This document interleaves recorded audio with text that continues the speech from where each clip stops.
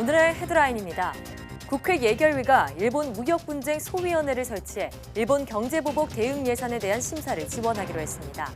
소위는 또 일본의 수출 규제 대책과 관련해 전문가 간담회와 추경안 점검, 현장 실체 등을 추진할 계획입니다. 국내 연구진이 성범죄 약물을 포함한 마약류를 사전에 진단할 수 있는 기술 개발에 나섰습니다. 약물이나 마약류가 들어있는지 사용자가 직접 확인할 수 있는 저가형 진단 키트인데 국민 건강을 지키고 범죄를 예방하는 데 도움을 줄 것으로 기대됩니다. 흔히 콜레스테롤 수치가 높으면 건강에 안 좋다라고 생각하기 쉬운데요. 하지만 콜레스테롤은 세포와 세포막을 구성하는 주요 성분이라 신체의 기본적인 기능을 유지하기 위해서 적정량의 콜레스테롤이 있어야 한다고 합니다. 과학 본색에서 자세한 내용 얘기 나눠봅니다. 올 상반기 알라딘이나 토이스토리와 같은 애니메이션들이 흥행에 성공했습니다. 그런데 주 관객층이 어린이가 아니라 어릴 때 봤던 애니메이션 영화의 향수를 느낀 20, 30대 밀레니얼 세대였다고 합니다. 오늘 생각연구소에서는 애니메이션으로 알아본 심리에 대해 이야기해봅니다.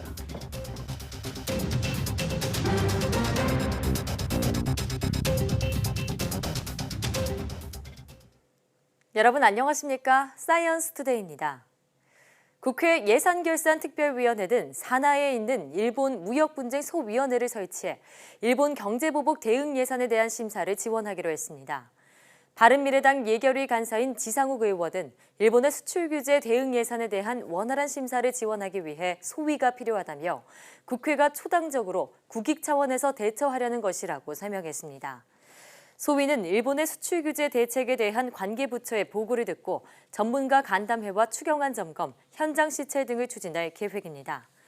소위는 민주당 3명, 한국당 2명, 바른미래당 1명 등 모두 6명으로 꾸려질 예정입니다. 일본의 수출 규제 조치로 어려움을 겪는 기업들을 돕기 위해 일본산 대체 품목 개발을 위한 시험 인증 기간이 최대 절반으로 줄어듭니다. 산업통상자원부 국가기술표준원은 한국건설생활환경시험연구원, 한국기계전기 전지시험연구원 등 인정기구 9곳과 협약을 맺고 시험 인증 신속 처리 서비스를 시행한다고 밝혔습니다. 신청 대상은 반도체와 디스플레이, 자동차, 전기전자 등 소재 부품 장비 경쟁력 강화 대책에 포함된 6대 분야로 일본산 대체 개발을 추진하는 국내 기업입니다. 신속 처리 서비스가 적용되면 탄소 섬유의 경우 통상 10일이던 시험 기간이 5일로 줄어드는 등 대기와 인증 기간이 최대 절반으로 줄어 조기 시장 진출이 가능합니다. 국가기술표준원은 그동안 국내 기업이 외국산 대체품을 개발했더라도 검증이 없어 수요 기업에서 피하는 경향이 있었다며 신뢰성 검증을 통해 수요와 공급 기업을 적극적으로 연계할 방침입니다. 삼성전자가 일부 반도체 공정에 일본산 대신 국산 불화수소를 투입하기 시작했습니다. 삼성전자는 일부 공정에 일본산 이외의 제품을 투입했다며 민감도가 낮은 공정부터 점진적으로 확대할 계획이라고 밝혔습니다. 생산에 투입된 불화수소에는 국내 업체가 생산한 제품도 포함된 것으로 파악됐습니다. SK하이닉스도 국내 업체가 생산한 불화수소 투입이 임박한 것으로 전해졌습니다. 이에 앞서 LG디스플레이는 국산 불화수소를 공정에 투입했고 삼성디스플레이도 조만간 테스트를 완료할 것으로 보입니다. 우리나라가 차세대 첨단 소재로 주목받는 은나노 물질과 그래핀에 대한 국제 표준을 획득했습니다. 산업통상자원부 국가기술표준원은 한국이 국제표준화기구에 제안한 그래핀 2차원 물질의 특성 및 특성별 측정 방법과 은나노 입자의 특성 및 측정 방법이 국제 표준으로 제정됐다고 밝혔습니다. 그래핀 관련 측정 방법은 그래핀의 물리화학적 특성 등을 정의하고 측정할 수 있는 시험 방법을 규정하는 표준입니다. 은나노 입자 관련 측정 방법은 은나노 물질이 항균력을 가지려고 필요한 입자의 크기 등을 정한 표준입니다. 특히 은나노 입자 관련 국제 표준은 일본이 수년 전부터 기술을 선도해온 분야인데 한국이 주도권을 확보했다는 평가를 받습니다. 산업부는 나노 소재에 대한 측정 방법을 한국 기술 중심으로 표준화한 만큼 국내 기업이 이 분야 시장을 선점하는 데 유리할 것이라고 말했습니다. 우리나라 소재 부품 기업들은 대부분 일본에서 수입하던 품목을 일부 또는 완전히 대체할 수 있다고 보는 것으로 나타났습니다. 한국산업기술진흥협회는 국내 소재 부품 기업의 일본 수출 규제 대응 실태 및 R&D 현황을 발표하고 이렇게 밝혔습니다. 조사 대상은 국내 소재부품 전문기업 106곳으로 이 가운데 69곳은 일본에서 물품을 수입해온 수요기업이고 나머지는 이런 물품을 대신 생산할 수 있는 공급기업입니다. 일본의 화이트리스트 제외 조치에 대해 수요기업의 64%는 3개월 안에 다른 나라에서 물건을 사오거나 국내에서 공급받는 방법으로 일본에 대한 수입을 일부 대체할 수 있다고 답했습니다. 또 19%는 완전히 대체할 수 있을 것으로 내다봤습니다. 공급기업의 경우도 대부분 일본에서 수입하던 품목을 일부 또는 완전히 대체할 수 있다고 답했으며 대체가 불가능하다고 답한 곳은 3%에 불과했습니다. 일본 정부가 한국이 일본을 화이트리스트에서 제외하는 절차를 추진하는 것에 대해 보복 조치라고 주장했습니다. 일본 경제산업성은 한국산업통상자원부가 지난 8월 10일 발표한 전략물자 수출입 고시 개정안의 근거나 세부 내용에 관한 질문에 명확한 답변이 없는 채로 절차가 진행된다면 근거가 없는 자의적인 보복 조치라고 생각하지 않을 수 없다는 의견을 제출했다고 밝혔습니다. 경제산업성은 일본 정부가 한국이 앞서 발표한 고시에 관해 개정 이후 일본을 가해 이 지역으로 분류한 이후 제도의 세부 내용에 대해 질문했다면서 한국 정부가 고시 개정에 앞서 실시하는 의견 수렴에 응하는 형식으로 입장을 밝히고 재차 질문지를 제출했습니다. 한국이 화이트리스트로 분류하는 국가는 가 지역에 포함되어 있는데 산업통상자원부는 일본을 가해 이 지역으로 분류해 백색 국가에서 제외하는 방안을 추진 중입니다. 한국 정부는 의견 수렴을 마치면 규제심사, 법제처 심사 등을 거쳐 이달 중 개정된 전략물자 수출입 고시를 시행할 예정입니다. 국제신용평가사 피치는 한일 무역 갈등이 반도체 업종에 미치는 영향이 적어도 단기적으로는 미미할 것이라고 전망했습니다. 피치는 일본의 수출 규제가 핵심 반도체 소재의 공급을 완전히 금지하지는 않는다며 한국 업체들도 장기적으로 대체 공급자를 적극적으로 찾고 있다고 밝혔습니다. 또 서버 수요 회복으로 삼성전자는 D램 시장의 점유율이 올해 1분기 43%에서 2분기 46%로 오르고 낸드 시장에서도 같은 기간 29%에서 35%로 상승하며 입지를 강화했다고 평가했습니다. 특히 업계를 이끄는 삼성전자의 기술 역량과 지속적인 기술 향상은 강력한 출하 증가로 이어졌다며 삼성전자는 업황 침체에도 업계 평균 이상의 수익성을 유지할 것이라고 예상했습니다.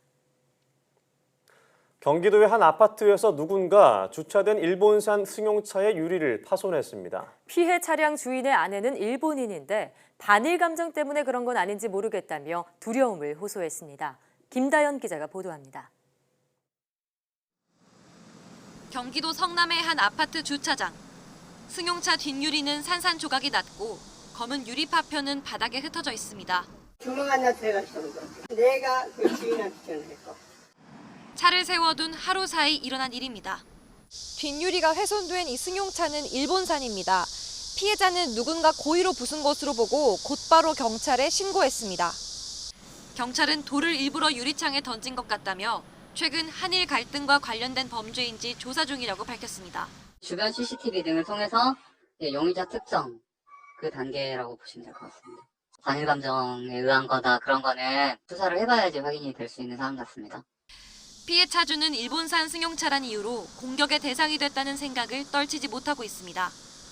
5년 전 함께 한국으로 온 일본인 아내는 불안에 떨고 있습니다.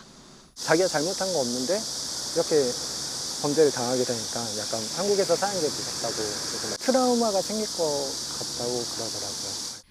최근 일본 차가 훼손되거나 외제차의 우길기 운양에 낙서를 한 사건 등이 잇따르고 있습니다.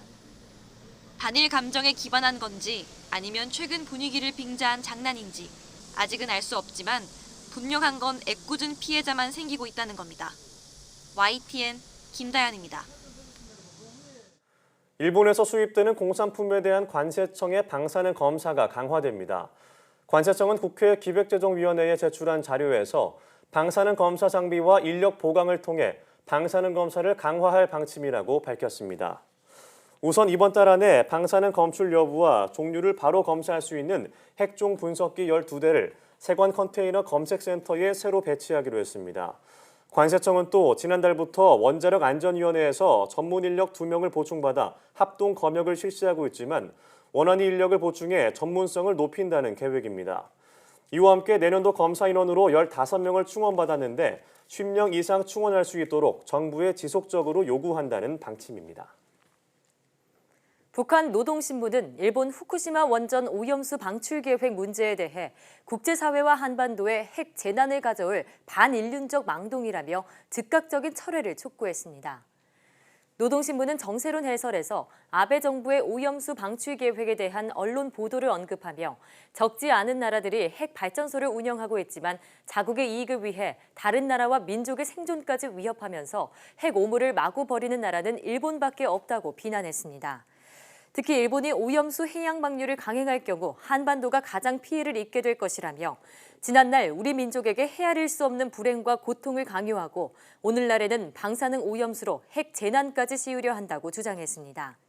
신문은 푸른 바다가 핵 오물로 더럽혀지는 것을 절대로 용납하지 않을 것이라며 일본은 국제사회의 엄중한 경고를 새겨듣고 방사능 오염수를 바다에 내버리려는 계획을 당장 철회해야 한다고 말했습니다. 앞서 지난달 국제환경단체 그린피스는 일본 정부와 도쿄전력이 후쿠시마 제1원전에 쌓인 고준위 방사성 오염수 100만 톤 이상을 태평양에 방류할 계획을 추진 중이며 한국이 특히 위험하다고 폭로한 바 있습니다. 전국 공공연구노동조합이 정명희 전 기초과학연구원 감사가 한국화학연구원 원장 후보자 3명에 포함된 것과 관련해 규탄 성명서를 냈습니다. 공공연구노조는 최근 YTN이 보도한 기초과학연구원 내 CCTV 설치 건과 관련해 당시 사건 중재를 주도한 게 정명희 전 IBS 상임감사라며 정 전 감사는 화학연구원장 후보자 자격이 없다고 규탄했습니다. 앞서 YTN은 2014년 IBS 내 특정 연구단에 장비 도난 방지 목적이라며 CCTV가 설치됐지만 실제로는 직원 감시용으로 이용됐고 이 사건이 알려지자 IBS 감사부가 사건을 덮으려고 합의를 유도했다고 보도했습니다.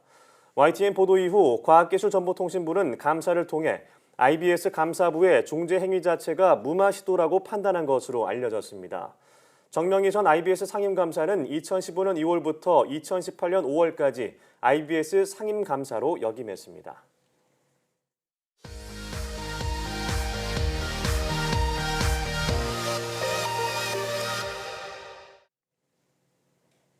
네, 화제의 뉴스를 골라 과학 기자의 시선으로 분석하는 과학 본색 시간입니다. 네, 오늘은 이혜리 기자와 함께하겠습니다. 네, 어서 오세요. 안녕하세요. 안녕하세요. 네, 어떤 이야기를 나눠볼까요? 네, 4일이 혹시 콜레스테롤의 날인 거 아셨나요? 저는 4일이요? 처음 들어봤는데. 저도 몰랐네요. 네, 콜레스테롤의 날을 맞아서 이와 관련된 오해와 진실 좀 자세히 짚어보도록 하겠습니다. 네, 오해와 진실이라고 말씀을 하셨는데 사실 콜레스테롤 하면은 몸에 나쁜 거 아닌가 이런 생각부터 딱 들거든요.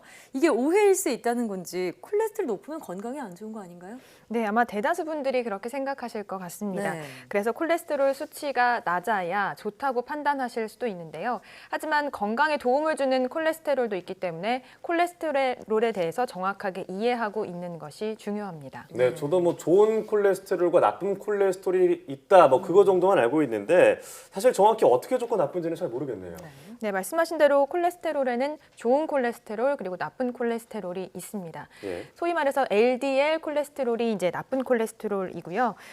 HDL은 좋은 콜레스테롤로 불립니다. 네. 그렇다면 이 나쁜 콜레스테롤은 정말 우리 몸속에서 완전히 없어져야 하는 것인가? 하지만 결론적으로는 그렇지 않습니다.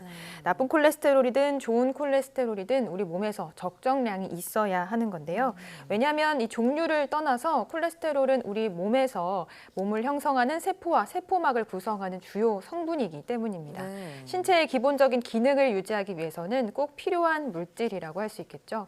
그뿐만 아니라 호르몬의 재료가 되기도 하는데요. 성호르몬이나 부신피질 호르몬을 생성하는 데도 중요한 역할을 합니다. 네, 좋은 콜레스테롤이든 나쁜 콜레스테롤이든 적정량 있어야지 우리 몸에서 좀 중요한 역할을 한다 이런 얘기를 오늘 저는 처음 들어봤는데 몰랐던 사실이네요. 네, 맞습니다. 다만 이제 적정한 수치 이상으로 체내에 쌓이게 되면 나쁜 콜레스테롤의 경우에는 아시다시피 우리 몸 안에서 여러 문제를 일으킵니다. 네. 나쁜 콜레스테롤, 그러니까 이제 LDL 콜레스테롤이 혈관에 과도하게 쌓이게 되면 혈관을 막아서 동맥경화와 같은 심혈관 질환의 위험을 높이는 것이죠. 예. 하지만 LDL도 과도하게 또 적으면 건강에 좋지 않다는 점 기억하셔야 하겠습니다. 네. 또 이제 좋은 콜레스테롤 HDL은 우리 몸에서 쓰고 남은 LDL 콜레스테롤을 간으로 운반하는 역할을 하는데요. 이로 인해 LDL 콜레스테롤이 혈관에 과도하게 축적되지 않도록 조절하게 됩니다. 따라서 좋은 콜레스테롤과 나쁜 콜레스테롤 둘 다 체내에 적정하게 존재해야 합니다. 네, 그렇다면 이 콜레스테롤 수치가 어느 정도여야 좋은 거라고 볼 수 있을까요? 네, LDL 콜레스테롤의 경우 130mg, 그러니까 데시리터당 130mg 정도 이하가 있어야 적정 수치고요. 예. HDL 콜레스테롤의 경우에는 60mg 이상일 때 좋은 적정한 수치로 판단을 합니다. 네. 예.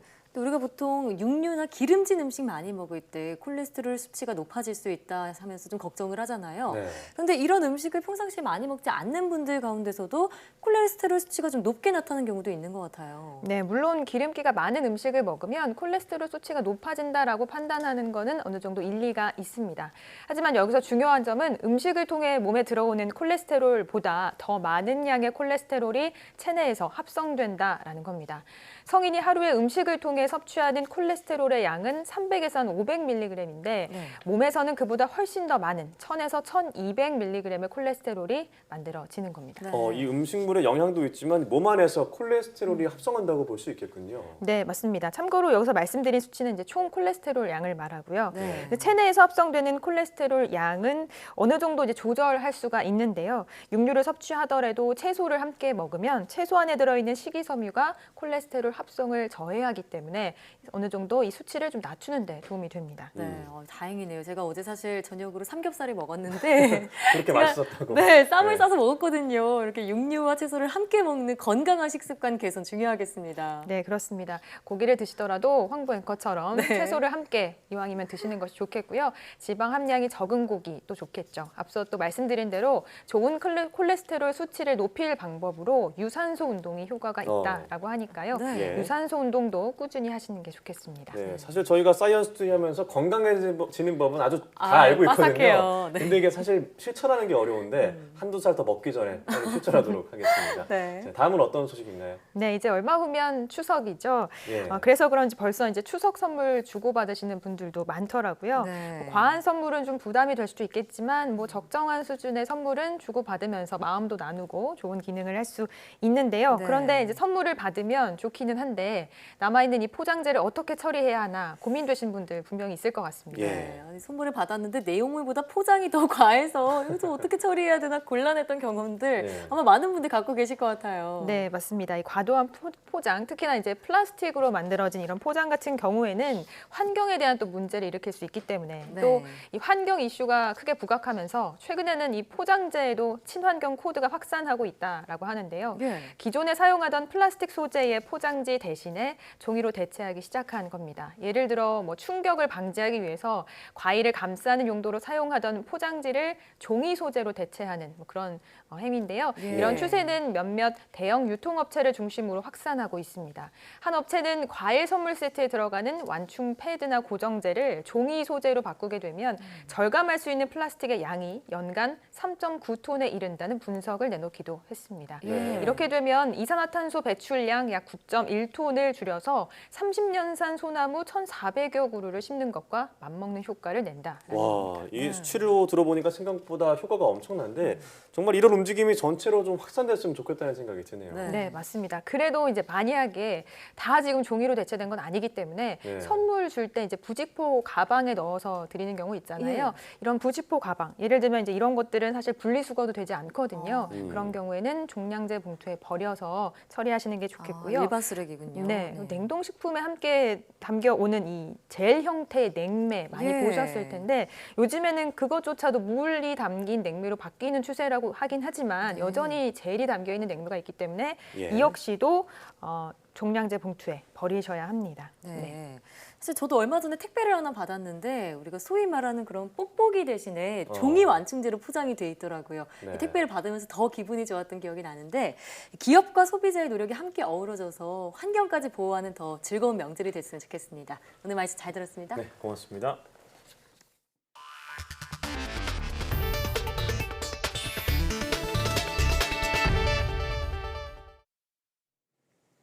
국내 연구진이 성범죄 등에 악용되는 약물을 미리 진단할 수 있는 기술 개발에 들어갔습니다. 신종 약물이나 마약을 이용한 범죄 피해를 예방하는 데 도움이 될 것으로 기대됩니다. 이정우 기자입니다.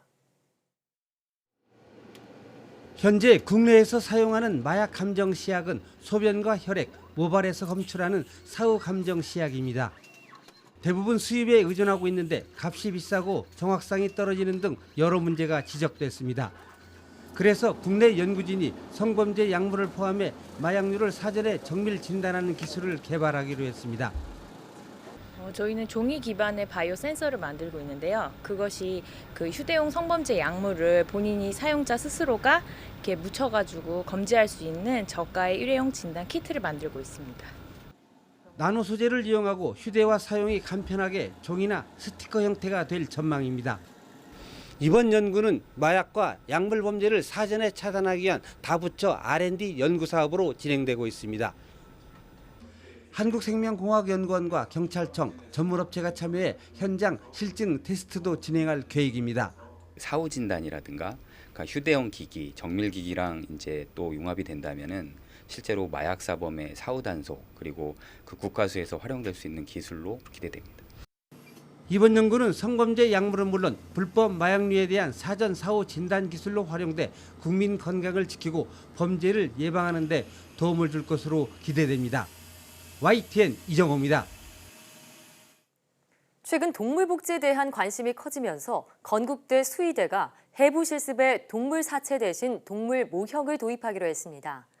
건국대는 올해 2학기부터 국내에서는 처음으로 동물 모형으로 실습 교육을 한다고 밝혔습니다. 이번에 도입한 모델은 개와 고양이의 해부학적 구조와 조직 질감, 혈액순환 등을 그대로 재현한 동물 모형 7종으로 이를 이용해 봉합 수술은 물론 체혈과 기도삽관 등 다양한 실습을 반복해서 할 수 있습니다. 학교 측은 학생들이 실제 동물을 다뤄보지 않으면 진료 현장에서 어려움이 있을 수 있어 모든 실습에 모형을 사용할 수는 없지만 가능하면 모형 사용률을 높일 계획이라고 말했습니다.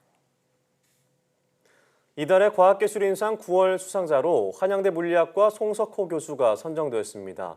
송 교수는 기존 기술로 해결하지 못한 에너지 손실 문제와 처리 속도를 개선하고 신개념 광소자를 개발한 공로를 인정받았습니다. 이달의 과학기술인상은 우수한 성과로 과학기술 발전에 이바지한 연구자에게 주는 상으로 매월 1명씩 선정해 과기정통부 장관상과 상금 1,000만 원을 수여합니다. 지식재산 발전에 이바지한 유공자를 포상하고 지식재산에 대한 국민의 이해와 관심을 높이기 위한 행사가 열렸습니다. 대통령 소속 국가지식재산위원회는 국립과천과학관에서 제2회 지식재산의 날 기념식을 개최했습니다. 이번 행사는 9월 4일이 법정 기념일인 지식재산의 날로 지정된 이후 두 번째입니다.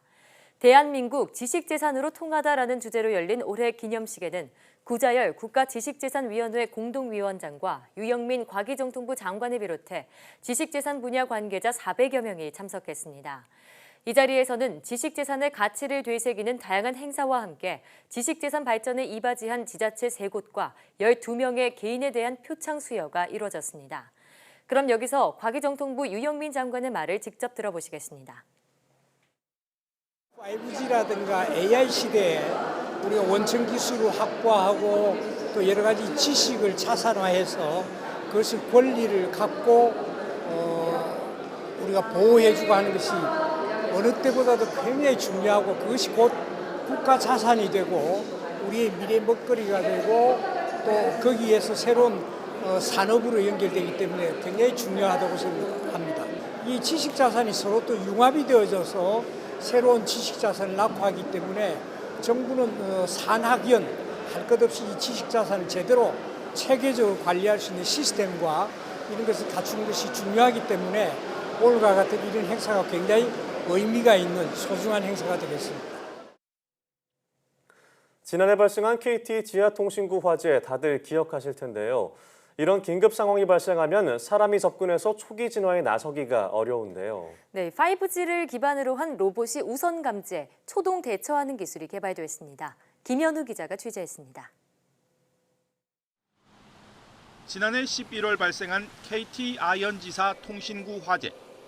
지하통신 케이블이 불에 타면서 서울 서대문구와 마포구 등 5개 구는 물론 일산과 성남 등 일부 경기 지역까지 통신이 두절됐고 인근 상인들은 장사를 망쳤습니다. 화재 10개월 후 지하통신구에 로봇이 등장했습니다. 내부 온도가 30도 이상 올라가면 온도 계측 케이블이 감지하고 데이터를 전송합니다. 이후 5G 로봇은 상황을 파악하고 본격적으로 움직입니다. 천장에 달린 화재 진압 로봇이 우선 출동해 1차로 화재를 진압합니다. 이후 지상에 있는 로봇이 움직여 화재 지점으로 이동해 잔불을 정리합니다. 고화질 카메라와 열화상 카메라에 잡힌 현장 영상은 5G 망을 타고 관제센터로 전송됩니다. 고용량 데이터를 시차 없이 보낼 수 있는 5G 망과 첨단 로봇 기술이 합쳐져 초동 대처에 나서게 된 겁니다. 5G 기술을 적용함으로써 고화질의 영상과 초저지연의 대응 체계를 우리가 구축할 수 있기 때문에 좀 더 정확하고 신속한 비상 상황 대처가 가능하게 되었습니다. 폭우로 도심 속 맨홀 내부가 침수되면 인공지능 기반의 방수 로봇이 출동해 자동으로 물을 퍼내고 태풍으로 통신조에 충격이 가해지면 드론이 떠 안전성 여부를 살피는 기술도 아현동 통신구 화재와 같은 피해를 막기 위해 개발됐습니다. 이처럼 5G와 로봇 기술이 결합해 재난 현장의 천병으로 등장하고 있습니다. YTN 김현우입니다. 유럽 최대 가전전시회인 IFA 2019가 현지 시각으로 오는 6일 독일 베를린에서 개막합니다. 엿새 동안 진행되는 올해 IFA에는 전 세계 50여 개국에서 모두 1,800여 개에 달하는 기업과 관련 단체가 참가해 최첨단 TV와 가전, 모바일 기술들을 놓고 경쟁을 펼칩니다. 한국에서는 삼성전자와 LG전자를 비롯해 한국전자통신연구원, 카이스트 등 90개 기업과 단체가 참가합니다. 이번 행사에는 기업들의 제품과 기술 전시는 물론 화웨이와 퀄컴 등 주요 기업 관계자들의 기조 연설과 함께 첨단 기술 전문가들의 콘퍼런스 등이 진행됩니다. 추석 연휴를 앞두고 택배 배송 확인이나 소액 결제 등을 사칭한 스미싱이 늘어날 것으로 보여 각별한 주의가 필요합니다. 과학기술정보통신부는 올해 7월까지 탐지된 스미싱 건수가 지난해 같은 기간보다 21.5% 늘었고 지인을 사칭한 스미싱은 4배 이상 증가했다며 이용자의 주의를 당부했습니다. 과기정통부는 스미싱 피해를 막으려면 문자 속에 출처가 확인되지 않은 인터넷 주소는 클릭하지 말고 앱은 반드시 공인된 오픈마켓에서 내려받아야 한다고 강조했습니다. 또 백신 프로그램을 설치해 실시간 감시 상태를 유지하고 보안 강화 등의 명목으로 개인정보나 금융정보를 요구하면 절대 알려주지 말라고 당부했습니다. 명절 연휴 중 스미싱 의심 문자를 받았거나 악성 앱 감염 등이 의심될 경우 국권 없이 118로 신고하면 24시간 무료로 상담받을 수 있습니다. 명절 때면 각종 전이나 튀김 요리를 하느라 식용유를 많이 쓰게 되는데요. 이럴 때 각별히 조심하셔야겠습니다. 자칫 방심하다간 식용유에 불이 붙을 수도 있고 무작정 불을 끄다 더 큰 불이 날 수도 있습니다. 이상춘 기자의 보도입니다. 식용유를 부은 후라이팬을 가열하다가 잠시 자리를 비운 주방 상황을 가정해봤습니다. 온도가 380도쯤 되자 식용유에 불이 붙습니다. 당황하면 보통 물부터 찾는데 결과는 재앙입니다. 순식간에 불길이 2m 이상 치솟아버립니다. 식용유는 자체의 열이 굉장히 높은 데다가 순간적으로 물의 온도와 식용유의 온도 차이가 심하다 보니 그 온도 차이에서 폭발적으로 화재가 커지고 기름이 외부로 유출되고 튀는 그런 현상이 발생합니다. 주방 세제나 케첩도 위험합니다. 순간적으로 화염이 커져 불길이 번지거나 식용유가 끓어넘쳐 화상을 입을 수 있습니다. 급박할 때는 수분이 많은 배추나 상추를 한꺼번에 쏟아넣거나 물기를 짜낸 젖은 수건으로 후라이팬을 덮는 것도 생각해 볼 수 있습니다. 산소를 차단하는 효과가 있습니다. 최선의 방법은 소화기인데 식용유 화재 특성상 일반 소화기는 큰 효과가 없습니다. 불길이 잠시 약해졌다가 다시 불이 붙습니다. K급 소화기를 써야 안심할 수 있는데 식당 같은 곳과는 달리 일반 주택에는 비치 의무가 없습니다. 지난 3년간 음식물 관련 화재는 만여 건으로 이 가운데 2,000건 가까이가 튀김류 화재였습니다. YTN 이상순입니다.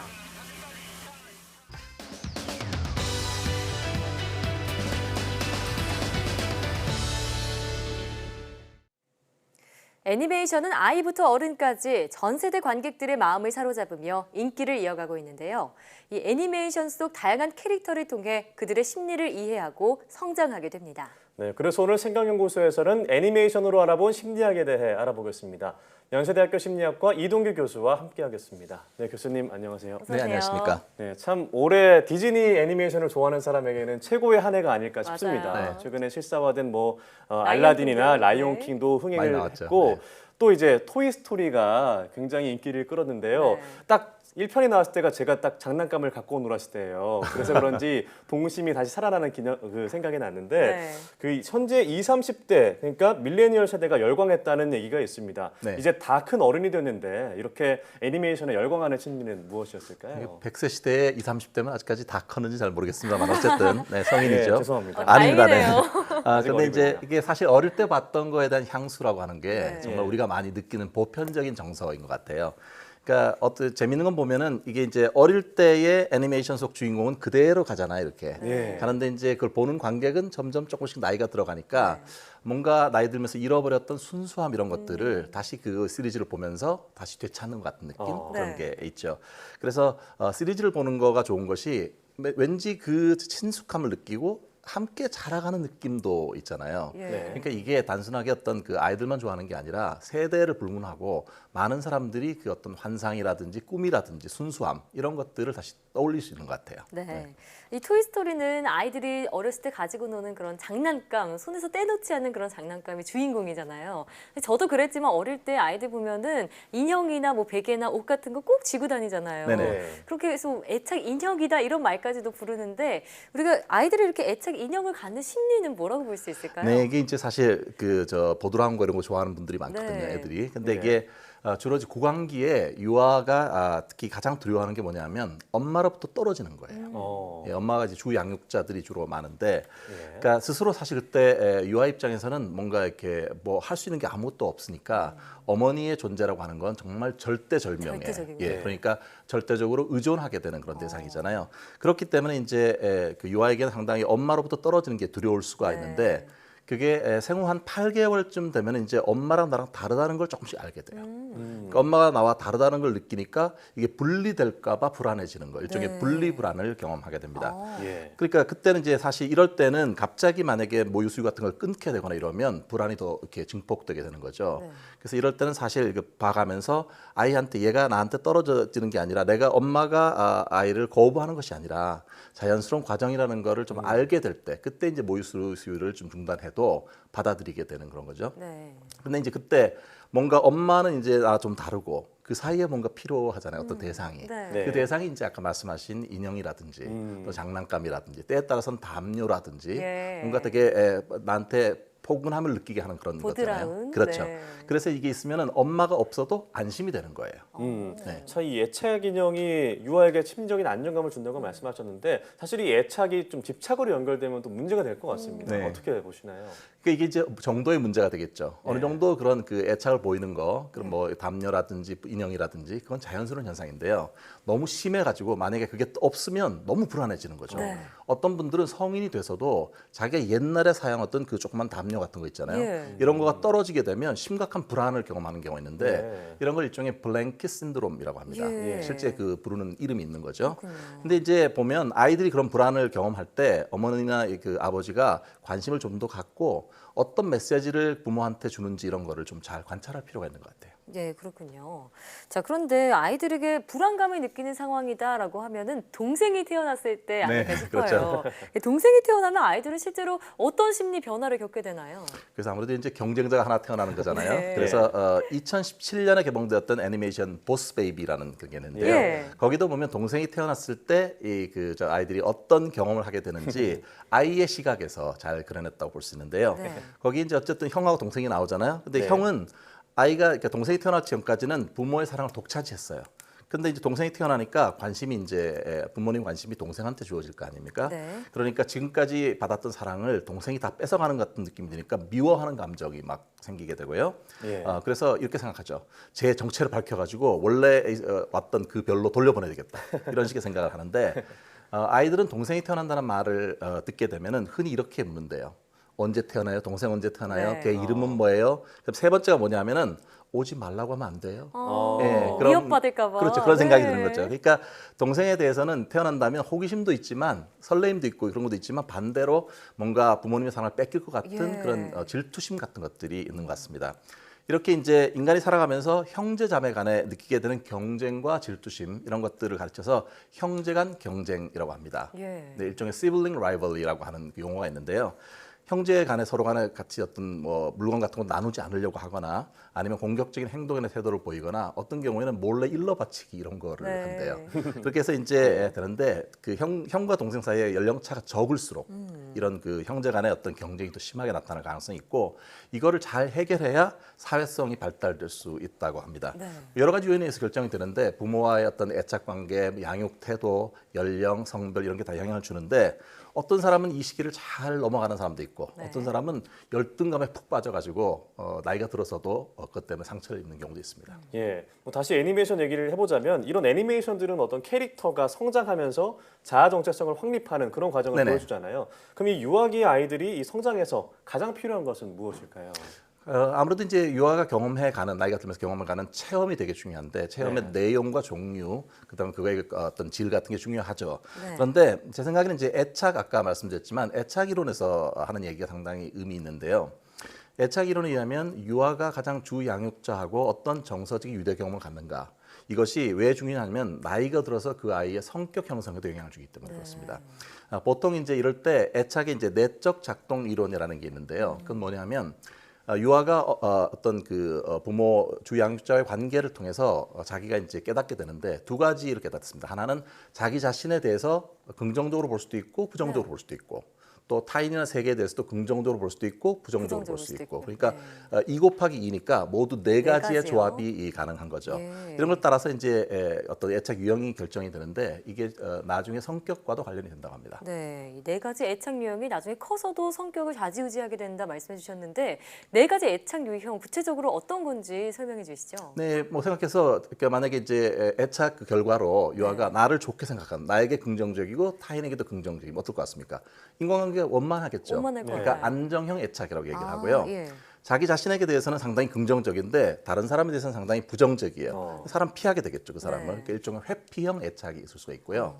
반대로 나 자신에 대해서 상당히 부정적인데 타인은 늘 좋게 보이는 거예요. 그러면 그 사람에게 집착하거나 이렇게 되니까 일종의 몰두형 애착이 되고요. 가장 안 좋은 거는 이제 자기 자신도 부정적으로 바라보게 되고 타인도 부정적으로 바라게 되면 살아가는 것 자체가 상당히 두렵습니다. 그래서 두려움형 애착이 생길 수가 있습니다.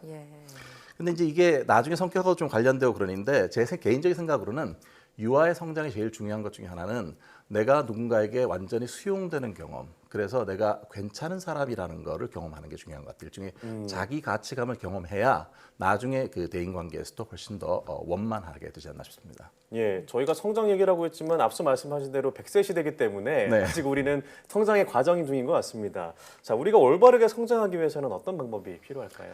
살아가면서 사실 힘든 상황을 경험할 수가 있잖아요. 이때 저는 그걸 어떻게 잘 지나가느냐가 중요한 것 같아요. 힘든 상황이 왔을 때 어떤 사람들은 상당히 불평하고 불만을 많이 갖고 그러는데 그것보다는 그때 그러면 나는 어떻게 할 것인가, 어떻게 문제를 해결할 것인가라고 하는 좀 더 적극적인 그런 그 자세가 필요할 것 같고요. 만약에 그렇게 할수록 이제 자신감과 경험 같은 게 생겨날 수가 있겠죠. 그다음에 이제 두 번째로는 성장하는데 저는 이제 가장 중요한 건 행복감을 많이 느끼는 거예요. 근데 그러려면 중요한 요소가 뭐냐면 나하고 유대감을 느낄 수 있는 원만한 대인 관계가 많아야 돼요. 그러니까 친한 지인들이 많아야 되겠죠. 그리고 또 하나는 이제 새로운 배움에 대해서 열려있는 자세를 보이는 게 되게 중요한데 심리학에서 이런 거를 개방성이라고 합니다. 호기심이라든지 창의성, 상상력하고도 관련이 있거든요. 그래서 사실 요즘 나이 든 분들도 새로운 거 배우는 분들 되게 많으시거든요. 어떻게 보면 인생이라는 게 끊임없는 배움이기 때문에 나이는 단순한 어떤 숫자에 불과할 수도 있습니다. 생각해보면 변화를 두려워하지 않는 것, 그게 바로 동심을 지키는 게 아닌가 이런 생각도 들거든요. 멋진 어른으로 성장해야겠다 이런 다짐을 하게 되는 시간이었습니다. 오늘 말씀 잘 들었습니다. 네, 고맙습니다.